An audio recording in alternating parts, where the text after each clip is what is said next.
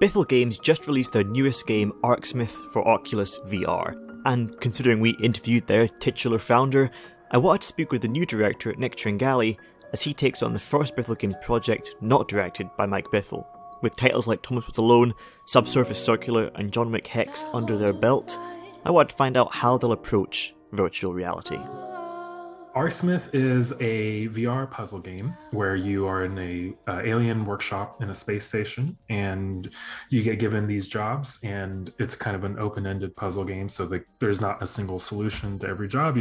The job is like, okay, I need this, rocket piece fixed for a spaceship, but it just needs to work. They don't really care how it's done. And so the player, you have a big library of parts, and then the other side of it is there's a story playing out where you have this kind of master Arcsmith character named Dinn, and you've been kind of dumped in his lap, and you're sort of his apprentice. And as the story kind of progresses, you have a radio, some like events over the radio come through, and you kind of unpack his past, and he has these kind of regrets and so on from his previous life. And that's essentially the game in a nutshell. Cool.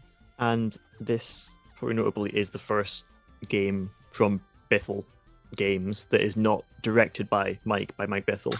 Yes. How did that project start? Like, how did this end up you taking it on as director, and how did that responsibility feel as taking the director mantle for the first time?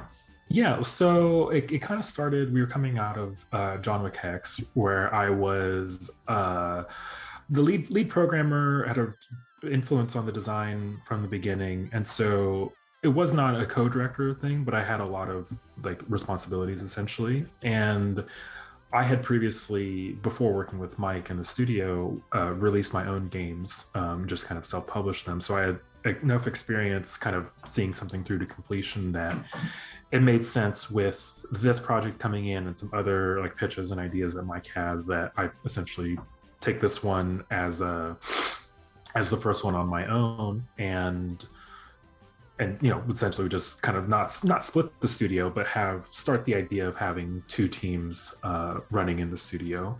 And otherwise it's been great. Everyone, obviously we have one kind of, we don't have two distinct sets of staff or anything like that. Everyone kind of works on everything. And it's been, there hasn't been any pressure or anything like that. It's been a common goal for the whole studio. And obviously it's also a VR game. And I was going to ask about VR in general, because a lot of people are doing VR as this new trendy thing, but it seems like VR is a big part of how the game works, how it's developed. So how does VR work through that lens, and how does VR link with the actual game experience? So, well, from the beginning, it was a VR game. It wasn't necessarily an idea we had that we were working on, and then we decided to go into VR. From the conception of it was let's do a puzzle game, a building kind of game where you're at a desk, right? And you're physically, in a sense, there, and you feel the environment around you. And the story, kind of is written and constructed as if there's a stage kind of around you, and it's very stage-like with kind of entrances and exits and that sort of thing. And I mean, there's a big impact on the design side, right? So a lot of the interface for solving the puzzles or doing the jobs, you have a readout tool that you pick up and you point it at parts, and you have the menu showing your job is on an articulated arm. You can move around. And then as far as the story goes, you have, they're almost like actors walking around you and performing a story. And that adds a lot, because you feel like you're in the space there with you, and not necessarily like you're looking through a camera. So it's almost like directing theater in a way? In a very limited sense, yeah. I wouldn't say I was directing theater, because that's, Sure, I think that's a little bit generous to me. But yeah, it was much closer to that, in that we had in a first random animation, he's too far, and you actually can't make out what he's doing, or this action is it looks fine when we're just animating it, but then when you sit and see it, it's just kind of, it's behind this pillar, or that sort of thing. Yeah. Talk to me about these puzzles.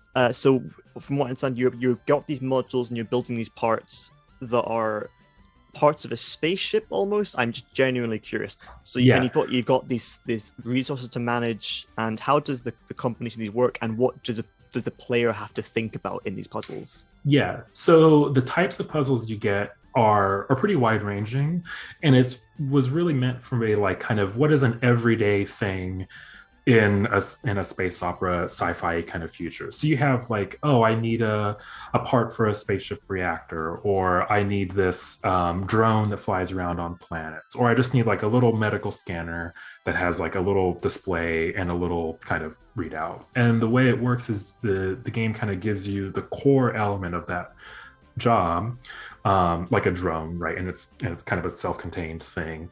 And then each puzzle more or less tasks you with managing the heat and the power of all the various parts that you're given, right? So you have a library and you get some like, okay, I need some power generators, and then I need some radiators, because these two parts in conjunction create a lot of heat.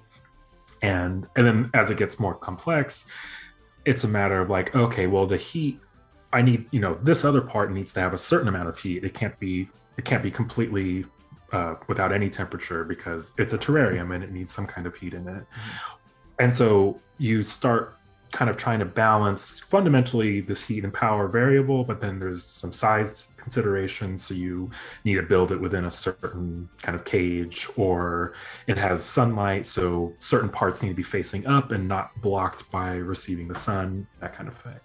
The way you described it almost reminded me of programming itself, like kind of solving a problem in a kind of roundabout, dodgy way. As long as it gets done, it's like it gets done. Yeah. So definitely the other side of it is like, we try not to impose too many restrictions on the player, both from a like, how do I solve it, but also from like a visual point of view. So you can make something that looks completely weird and like it isn't level or isn't at any right angles, or you can make it very symmetrical, very ordered, however you want to do it, and people just kind of fall in whichever way they do, and that's a lot of fun. And actually, to speak to your programming point as well, there is specifically not any kind of logic in the parts. Like, there isn't any kind of gating or really advanced programming concepts, because that kind of gets hard to communicate in VR especially, and it's a somewhat advanced kind of concept.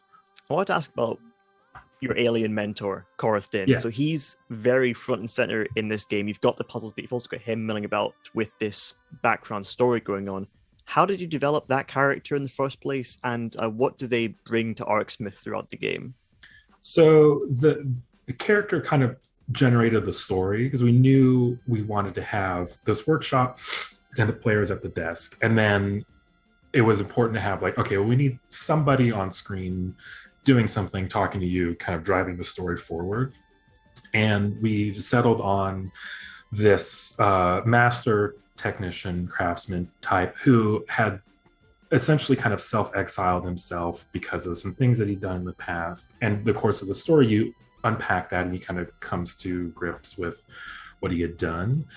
And what it brings to the game is, I think, a sense of not like lore or world, but kind of like there's more going on around you outside of the station. Like, it's a one environment kind of game, and it was important to feel like it's not a super exploration kind of thing. Like, you sit in one space and you enjoy it, and there's a lot of music and stuff going on.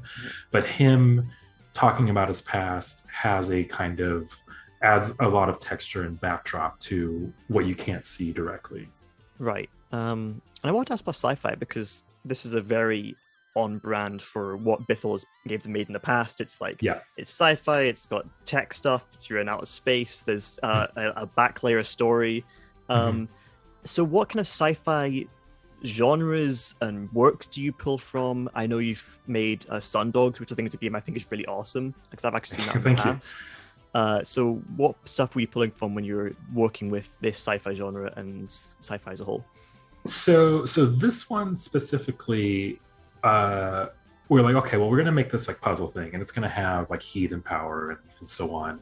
But it was very much like, I don't really want to care really about the laws of physics, in the real world. So we deliberately early on went like, let's do a cartoony kind of like Treasure Planet vibe of like, it's not a cartoon literally, but very not too taking itself seriously. So that was the starting point. As far as, and then the rest of it goes, like this, it's very tropey, I suppose. Like you have other factions that drive the story, the order and the independents, and that's a very kind of like straightforward good and evil kind of thing. But when it comes to Dinn and his story, it's a little bit more complex and there are more shades of gray. But otherwise, yeah, I think, you know, as far as other sci-fi influences, for this, it was deliberately kind of silly or low-key in a sense. It wasn't very much like Sundogs has a very transhumanist kind of serious, not serious, I would say, but a little bit more realistic or grounded. And this is not that. This is meant to be quite lighthearted in a general sense. Like, you know, Thule is a talking toolbox. Yeah, you're a talking toolbox and you're making little toys. Exactly. Yes. Yeah, for sure. I think as a studio, we really like sci-fi, obviously, but it's not, we think we really like different shades and textures of sci-fi. You know, there's everything from Alien to Treasure Planet to Star Wars that I think you could probably see different shades of in the game. And after Arcsmith, what lies ahead for future projects? Are you going to be working more in VR? Have you gotten a taste for it and you want to do more? Or is it a different route you want to go on from now on? At the moment, I don't honestly know. For me personally, like the goal is to continue directing my own projects. And at the moment, it's also like coming up with ideas and doing pitches internally and that sort of thing. So I honestly can't say. So it's on the store. It'll be out on the Oculus store. It'll be out July 29th for the Quest and Quest 2 headsets. And then yeah, once you have it, send us how you solve the puzzles and whatever ridiculous constructions you end up making. Is that what you're hoping for? Like, are you going to get these ridiculous contraptions in social media? Like, I don't know how this worked, but it did. That would fill me with joy, because there's so many, like, I know how I would solve this, but if I see something that I have to sit and like kind of math it out in my head on how it would actually work and if it's a doable puzzle, it would be a lot of fun.